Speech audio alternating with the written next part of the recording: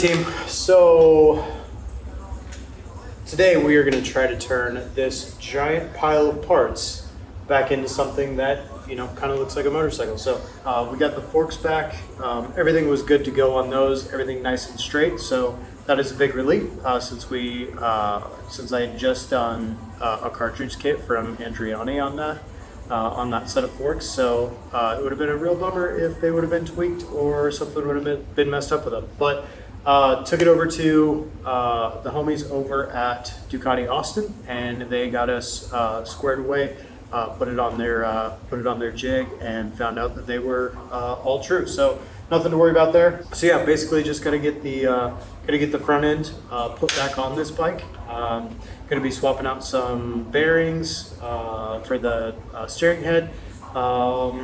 Get the forks back on. We've got some clip-ons that we got to put on as well. And yeah, basically just start getting this bike put back together so we can get her back on the road. Yeah, so we're gonna get after it. Basically, what we've got here is just use this park tool, race remover, and so we use that and a simple hammer, knocked the races out of the steering head. Basically, these guys right here just sit right in there, and you just tap them out with a hammer. Came out really easily with the right tool. So from there, you can see the bearings that came out of there. You know, just kind of these open ball bearings, essentially. Sit down in the races, all of that. What we're gonna do is we're gonna replace those with a nice needle bearing, and these guys are kind of captive in there, so it gives us a little bit better performance out of that, a little longer lasting.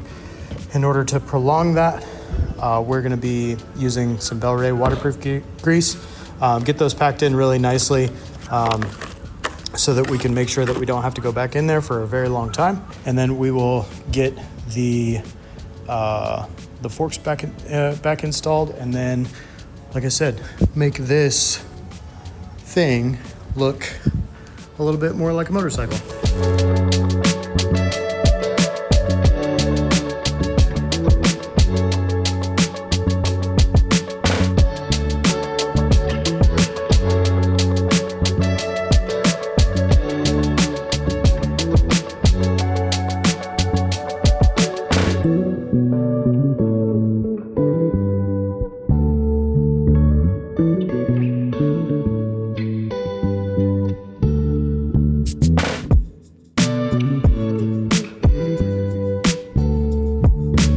We got the race in there, and now this just slides right in, just like that.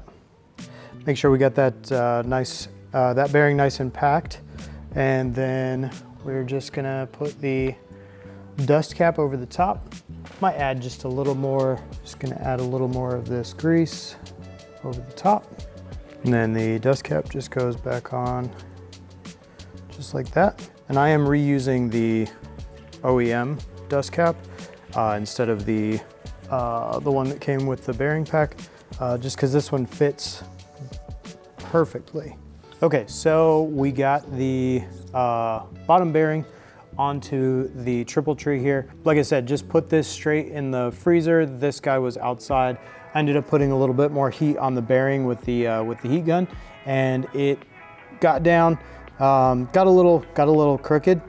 Just because the bearing was still hot, and then was able to tap it down onto the triple here. Yeah, it went super easy. So that is a fantastic little trick. But now we are going to get this triple put up in the bike. Castle nut is in place and is tight. So we're gonna need to torque this down, and then looks like torque it down, back it off, and retorque. Then the bearings will be in place, and we can move on to the next step. Actually kind of proud of this one.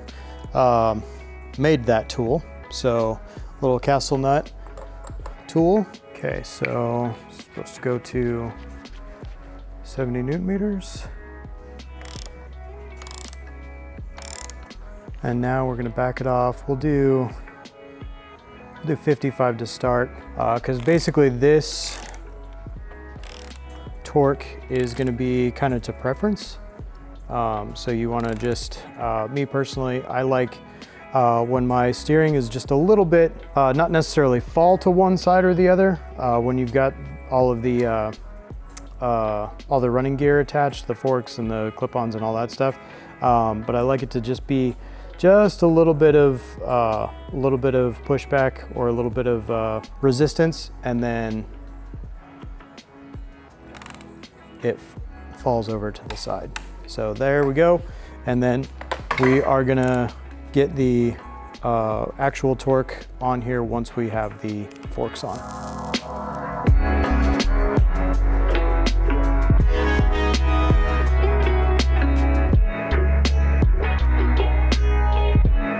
Okay, so we just got the castle nut locked into place. So basically there is a jam nut as well as a castle nut here. So this guy, this lower one is the one that we torqued. And then there is a plate that goes in and basically hooks down into these castle nut recesses.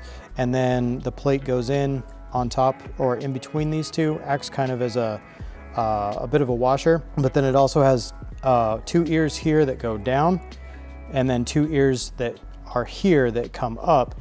And basically it then locks this nut in place so that when you go left to right, the jam nut moves with the castle nut and it can't back itself off. So that guy is good to go. Now we need to address clip-ons, which obviously you see that this guy broke right here. So we've got some Bonamici clip-ons, and then we're gonna get those installed. And then later we've got to address our master. Basically the nipple here broke. This guy could be replaced. I'm sure this guy could be replaced, but this is an opportunity to upgrade this master. This guy is a semi-radial.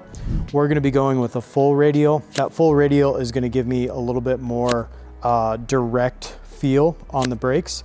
So yeah, so we're gonna get a much better feel out of the lever, and then the braking system is gonna be just top notch. So it's kind of a bummer. Obviously you never wanna crash, but when you do, it's an opportunity to upgrade your setup and, you know, get just that much more.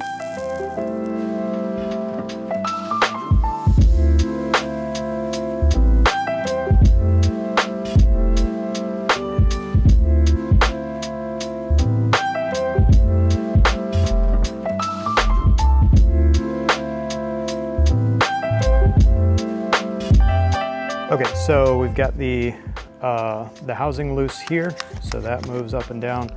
This moves here. You can see where it broke. So it just, yeah, got a big whack here and basically just like snapped that aluminum like right in half. So had the Rizoma Pro Guard on here. Basically what that is, this is a LP200 is the adjuster or the adapter for that. And basically we'll show you right quick how that comes off. So undo the threads a little bit. There we go. And then your clip-on just comes out just like that. This LP200, basically as it threads in here, you can see you have some knurling right here, and then as you tighten it, it gets wider, and so that ends up expanding and grips onto the inside of your clip-on. The Aprilia clip-ons from the factory, they have a threads in here.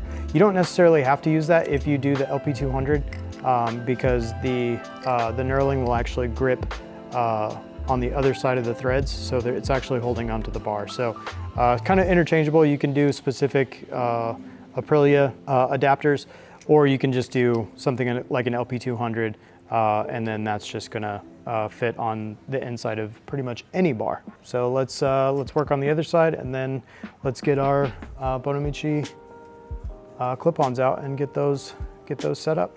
Okay, now to this side, I'm gonna do our, I guess we can do it from the end out. So we've got our Zoma bar end. So this style is a little bit different than the LP200. The LP200 had that metal piece. This bar end has a rubber piece that basically does the same thing. It's kind of an expansion.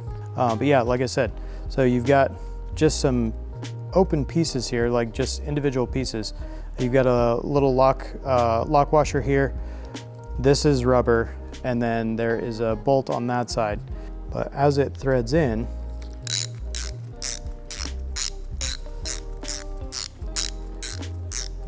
it then sucks that nut closer to the bar end and then expands this rubber piece. So yeah, like I said, really simple, kind of elegant way to do it. Again, threads or no threads, this will just bite on the inside of any clip-on. Okay, now we've got our traction control controls, and then in order to get those, just flip that down. You've got a nut right here, then that should slide completely off. Yeah, so we've got to get this grip off of here. So I'm gonna get some dikes to cut the safety wire here. I'm gonna try to save this grip. You can either just cut it off or whatever, but I'm gonna try to save the grip. And then I'm also gonna get the air compressor set up so that we can just get this grip to just slide off super easy. And let's see, I'm actually gonna try something. Let's see if we can get some brake cleaner in there and use that to get this guy to let go. I have no idea if this is gonna work.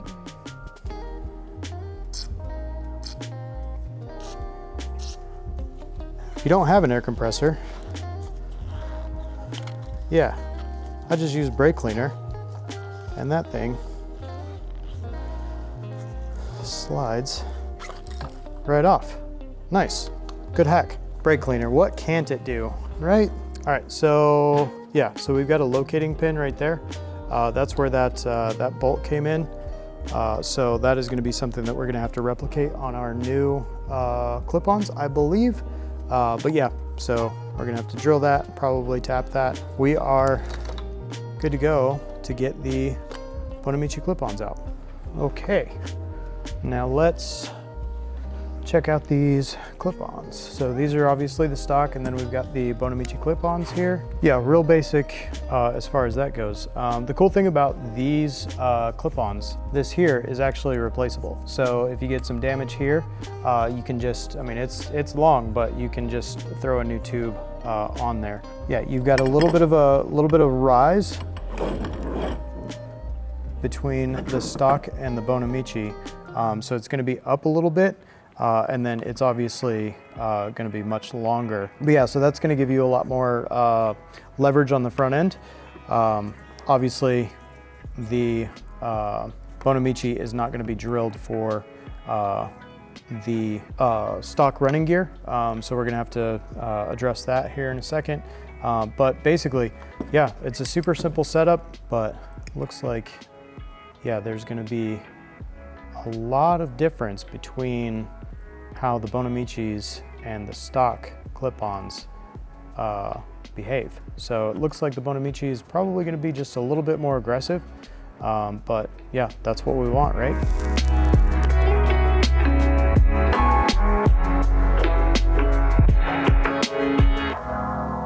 Okay, so on this side, since we've got to get this grip off anyway, let's at least test the air compressor move. And see if an air compressor is any easier or whatever from using the brake cleaner. So just an air tip, and then pull back a little bit so you can get the tip just inside your grip, and then see how it actually expands. So just like that. Yeah, air compressor is a little faster, but if you don't have an air compressor, you can obviously just use brake cleaner. Just go to your local parts store, grab a can of brake cleaner, and then it'll peel right off. Okay, so I'm gonna slip the clutch on, then this gauge cluster, or this switchgear cluster, and then the traction control, and then get that slid over the fork tube. Slide that all down. This isn't where it's gonna live for always, but yeah, we're just gonna get this kind of snugged into place so it doesn't move on us. And yeah, okay, so front end is back on, ish. We've got to get the forks set up as far as their height goes and all of that, get everything cinched down and that kind of thing, torqued, and where it's gonna live. But the bike is starting to look more like a motorcycle, and that makes me happy. So clip-ons, we need to get those dialed in, need to push them down just a little bit more so that the top clamp sits nicely. And then, yeah, from there, we need to put the bike kind of back together so I can get everything like super dialed in.